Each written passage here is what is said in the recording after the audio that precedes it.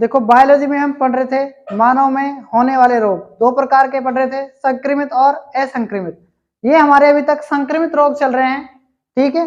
पहला हमने पढ़ा कृमि से होने वाले रोग, सेकंड हमने पढ़ा कवक से होने वाले रोग, थर्ड आज हम पढ़ेंगे प्रदूषण जनित रोग। देखो प्रदूषण से होने वाले रोगों की ट्रिक क्या है, ध्यान से देखो। ब्लू ब्लैक डबल ईट मिली, ब्लू ब्लैक डबल ईट मिली। ब्लू से क्या बनेगा, ब्लू बेबी सिंड्रोम। ब्लैक से क्या बनेगा, ब्लैक फुट। और डबल से क्या बनेगा, देखो डबल साइलेंट है, ईट से मतलब ई, इटाई इटाई रोग, इटाई इटाई रोग। और मी से क्या बनेगा, मिनी माता रोग। मिनी माता रोग या मिनी माता भी है कहीं कहीं पर। तो आज हम सबसे पहले पढ़ेंगे मिनी माता रोग। ध्यान से सुनना, मिनी माता रोग जो होता है वो किसके कारण होता है, आपको सबसे पहले ध्यान से देखना है।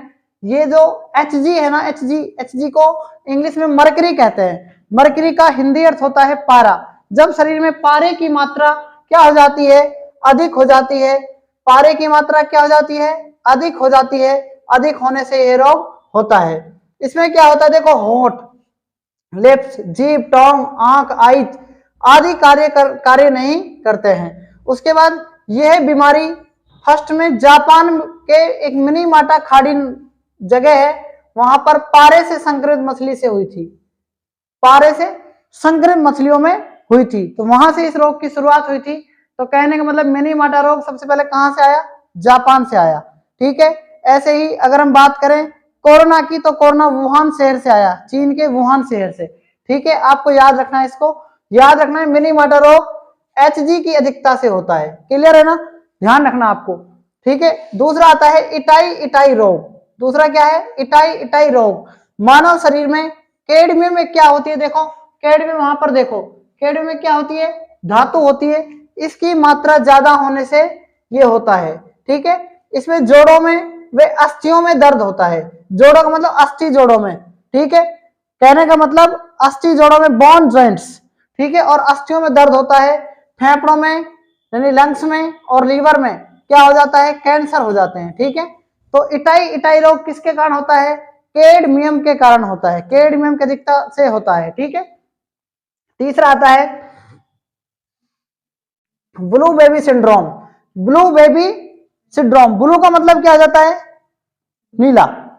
बेबी का मतलब बच्चा, या मतलब कह सकते हैं हम यहाँ पर नवजात शिशु।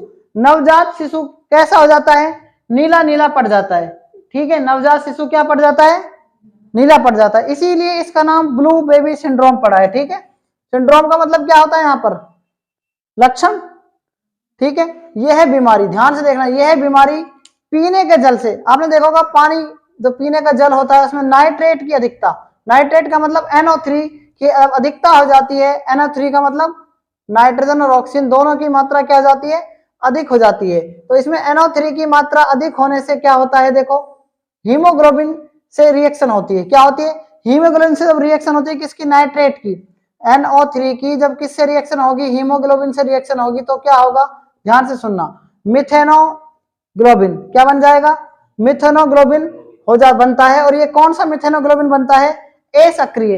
अगर हीमोग्लोबिन बना तो क्या बन गया, हीमोग्लोबिन तो मतलब क्या होता है, रक्त में पाया जाता है, लेकिन ये क्या है, असक्रिय मिथेनोग्लोबिन बन जाता है। हीमोग्लोबिन की जगह क्या बन जाता है, मिथेनोग्लोबिन। हीमो का मतलब तो बढ़िया रहता है और मिथेनो का मतलब हमारे शरीर के लिए बेकार रहता है। तो हीमोग्लोबिन अगर बनता तो बात सही थी, लेकिन ये क्या बन जाता है, मिथेनोग्लोबिन बन जाता है। और मिथेन गैस कैसी होती है, ये मिथेन आपको पता ही है, ठीक है, बदबू भी आती है इसके अंदर, ठीक है। ये शरीर में क्या करता है, ऑक्सीजन की मात्रा को रोक देता है। क्या कर देता है, ऑक्सीजन की मात्रा को रोक देता है, और हमारे शरीर में ऑक्सीजन पाया जाता है। ऑक्सीजन पाने के कारण इसका मतलब हीमोग्लोबिन पाया जाता है, ठीक है। तो ये क्या कर देता है, नवजात शिशु को नीला कर देता है। तो इसलिए बात को याद रखना है, ब्लू बेबी सिंड्रोम पीने के जल में नाइट्रेट की अधिकता से किससे रिएक्शन करता है, हीमोग्लोबिन से रिएक्शन करता है। जब हम नाइट्रेट हीमोग्लोबिन से रिएक्शन करता है तो ये क्या कर देता है, मिथेनोग्लोबिन, मिथेन से याद रखना है, मिथेनोग्लोबिन बना देता है। और हमारे शरीर में मिथेन पता है आपको क्या करती है, मिथेन गैस क्या करती है, नुकसानदायक होती है ना, ठीक है। तो ये हमारे शरीर में ऑक्सीजन की मात्रा को खत्म कर देती है। इसलिए कहते हैं ना कि जो बेबी है उसको क्या नीला पड़ जाता है और उसकी मृत्यु तक भी हो सकती है। ठीक है, आगे नेक्स्ट देखो ब्लैक फुट। ब्लैक फुट नाम से ही पता चल रहा है ब्लैक फुट। ब्लैक फुट ध्यान से देखो, इसमें क्या होता है, आर्सेनिक की मात्रा। आर्सेनिक एक क्या है, कौन सी धातु है, धातु आर्सेनिक उपधातु है। ठीक है, उपधातु है आर्सेनिक, इसकी अधिकता से होता है। किसकी अधिकता से होता है, आर्सेनिक की अधिकता से होता है। यह परिधीय संवहनीय रोग है। ठीक है, उसके बाद ये रक्त वाहियों को क्या करता है, एक्सीडेंट करता है। रक्त वाही का एक्सीडेंट होने से क्या होता है, त्वचा और फेफड़े का कैंसर बन जाता है। ठीक है, आज हमने 4 रोग पढ़े जो प्रदूषण जनित रोग हैं, पोल्यूशन से होने वाले रोग हैं, है ना। ब्लू ब्लैक डबल ईंट मिली, यानी ब्लू का मतलब ब्लू बेबी सिंड्रोम, ब्लैक का मतलब, और डबल ई का मतलब होता है इटाई इटाई रोग। ठीक है, मी का मतलब मिनी मटा रोग। एक बात याद रखना है, जो ब्लू बेबी सिंड्रोम है ये तो प्रदूषण जनित रोग है।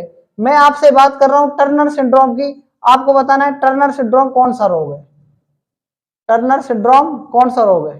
ठीक है, तो आज तक इतना ही, बाकी हम कल पढ़ेंगे। तब तक के लिए धन्यवाद।